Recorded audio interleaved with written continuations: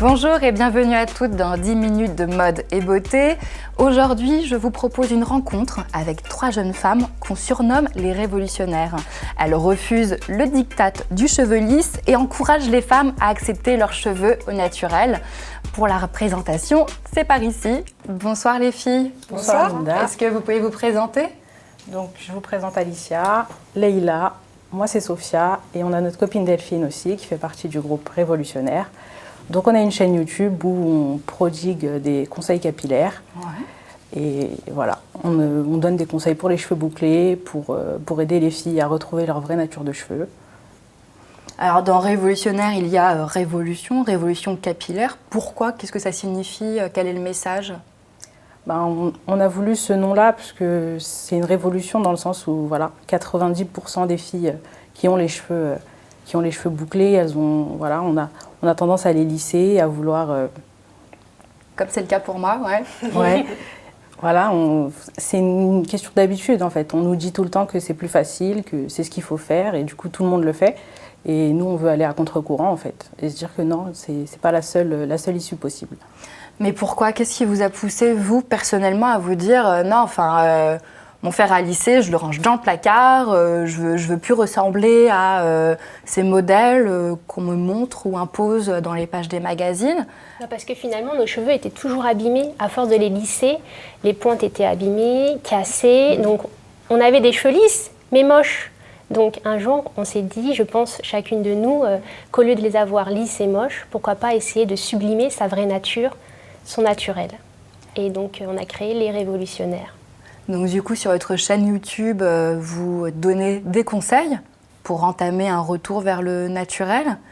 Alors, admettons que je veuille moi-même entamer un retour vers le naturel, puisque j'ai moi-même les cheveux frisés. Quelle serait la première étape ? La première étape, moi je pense que ça va être de couper. La plupart du temps, quand on a les cheveux abîmés, il n'y a pas de miracle. Ils vont pas revenir d'eux-mêmes comme par magie. Donc faut pas avoir peur du ciseau. Couper, pas forcément très très court, hein. On peut couper petit à petit en attendant que de bons cheveux sains reviennent. Mais voilà, faut pas avoir peur du ciseau quand même. D'accord, parce que en gros c'est la première étape à faire, parce que c'est vrai qu'avec les produits défrisants ou les fers à lisser, ce genre de choses, ouais. Ça casse beaucoup les cheveux. Ouais. Vous allez retirer un peu les pointes abîmées, les pointes fourchues, ça va redonner un peu de peps. Ouais. Donc c'est déjà la première étape à faire. Vous vous en rendez pas compte maintenant, mais quand vous coupez, après les cheveux sont en meilleure forme et donc ça aide aussi la boucle à revenir. Même si le cheveu qui est abîmé ne rebouclera pas, ça aide le cheveu à revenir. Ouais. Et comment vous expliquez qu'il y ait différents mouvements comme ça qui naissent ? On a aussi les nappies. Oui. Vous pouvez nous en parler ? Les nappies, qu'est-ce que c'est ? Les nappies, c'est des femmes afro, donc africaines ou afro-caribéennes ou afro-américaines, qui ont décidé de revenir au naturel, d'accepter leurs cheveux crépus. Et donc nous, on est sur le cheveu bouclé, mais il y a quand même un parallèle, dans le sens où la société nous impose une vision de la beauté aux cheveux lisses, et nous, on essaye d'aller à l'encontre de ça et de dire non, on veut s'affirmer en tant que femme aux cheveux à texture, en disant qu'on est belle quand même au naturel et qu'on a le droit de se sublimer comme on est, et qu'on existe en quelque sorte. Je suis d'accord avec vous et je pense que vous le serez vous aussi à la maison, d'accord ? Alors, nous avons la chance d'avoir avec nous une chimiste en cosmétique. Tout à fait. Alors c'est vrai qu'on ne sait pas toujours quel produit prendre pour soigner un cheveu frisé ou bouclé. Si jamais on doit choisir des produits, alors qu'est-ce qu'il faut éviter comme composition ? Là, on a quelques produits notamment. On a par exemple celui-ci. Alors, on a différentes marques. Hein. On a Elseve, Garnier. On a aussi les secrets de Loli. Ouais, on a différentes marques. Celui-ci, on dit qu'il est recommandé pour les cheveux frisés. C'est de l'huile d'avocat, beurre de karité. A priori, oui. Et pourtant, je ne m'en sers plus.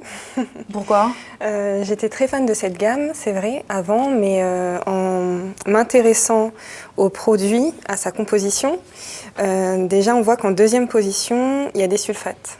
Les sulfates, c'est un tensioactif, donc qui est assez agressif.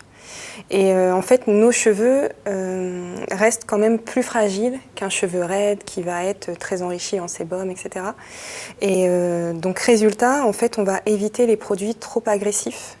Petit à petit, en acceptant nos cheveux naturels, on choisit aussi des compositions plus naturelles, notamment qui ne contiennent pas de silicone, par exemple. C'est aussi un produit synthétique qui va venir étouffer le cheveu. C'est un cache-misère un peu. C'est un cache-misère, voilà. C'est un embellisseur capillaire. Donc, quand on s'en sert au début, on est content. Et ensuite, on se rend compte très vite que nos cheveux ne poussent plus ou cassent toujours. Et ça, on ne veut pas. Et on ne veut plus. On ne veut pas ça. Non. D'accord. Alors, qu'est-ce qu'il faut privilégier comme composition, justement, pour nos types de cheveux? On va privilégier les produits déjà qui sont composés d'eau. Donc, voilà. Parce que l'hydratation, en fait, c'est la chose la plus importante pour nos cheveux. Nos cheveux sont plus secs, donc on a besoin de les hydrater. Donc, en regardant sur la liste, on va voir très vite qu'il y a de l'eau en première ligne. Ouais, ça doit être ça. Voilà, à quoi il y a de l'eau. Okay. Par exemple, là, on va avoir du gel d'aloe vera dans ce produit, qui est aussi un hydratant. On peut aussi choisir des produits plus nourrissants, comme des huiles végétales. Voilà, on va privilégier des produits plutôt sains qui vont venir nourrir et hydrater le cheveu. En fait, le soin principal pour un cheveu frisé, c'est l'hydratation, réhydratation, c'est ça? C'est ça, hydratation et scellage de l'hydratation. Mais j'avais entendu dire qu'il ne fallait pas non plus utiliser trop de corps gras. Alors justement, ouais. Justement, l'hydratation, ça va plus être des produits à base d'eau. La nutrition, ça va être les produits gras comme les huiles, les bains d'huile, tout ça, c'est vrai que c'est très à la mode. Ouais. Mais avant ça, vaut mieux se concentrer sur l'hydratation, car quasiment tous les cheveux ont plus besoin d'hydratation que de nutrition. C'est ça. D'accord.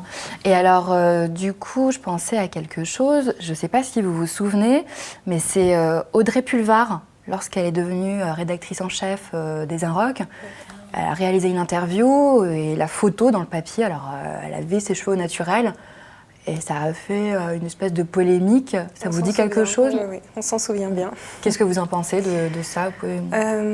Moi, la réaction des gens, entre guillemets, n'était pas très surprenante parce que c'est l'image que les gens ont lorsqu'on porte nos cheveux naturels. Souvent, on nous dit « mais t'es pas coiffée » ou voilà, les gens ne connaissent pas au final. Donc peut-être qu'elle n'avait pas les cheveux lisses comme tout le monde aurait voulu l'avoir, mais au final elle était au naturel, elle était belle au naturel, mais les gens ont encore du mal à accepter ça. Et nous c'est ce qu'on essaie de faire, on essaie de changer ce regard en fait. Je pense que là aujourd'hui on montre qu'on est coiffé et enfin voilà. Et qu'on peut être belle, avec des cheveux frisés, bouclés. Alors qu'est-ce que ça a changé dans vos vies de vous assumer avec vos cheveux naturellement? Moi, ça a pratiquement tout changé parce que dès que j'ai commencé à me mettre au naturel, donc je me suis mise sur les réseaux sociaux.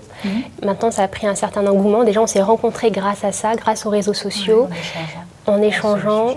On a créé une chaîne YouTube. Tous les jours, des filles viennent nous parler en message, en nous demandant des conseils. Moi, j'ai trouvé un stage dans ce domaine-là. Je travaille pour la marque Les Secrets de Louis, qui est une marque de cosmétiques naturels. Donc maintenant, je suis leur chargée de... Ambassadrice je travaille en communication et donc ça a tout changé. Ma vie tourne autour du cheveu naturel, du retour naturel, l'acceptation de soi et aider d'autres filles. Voilà. On essaie de créer une communauté autour de ça pour aider les filles à s'accepter.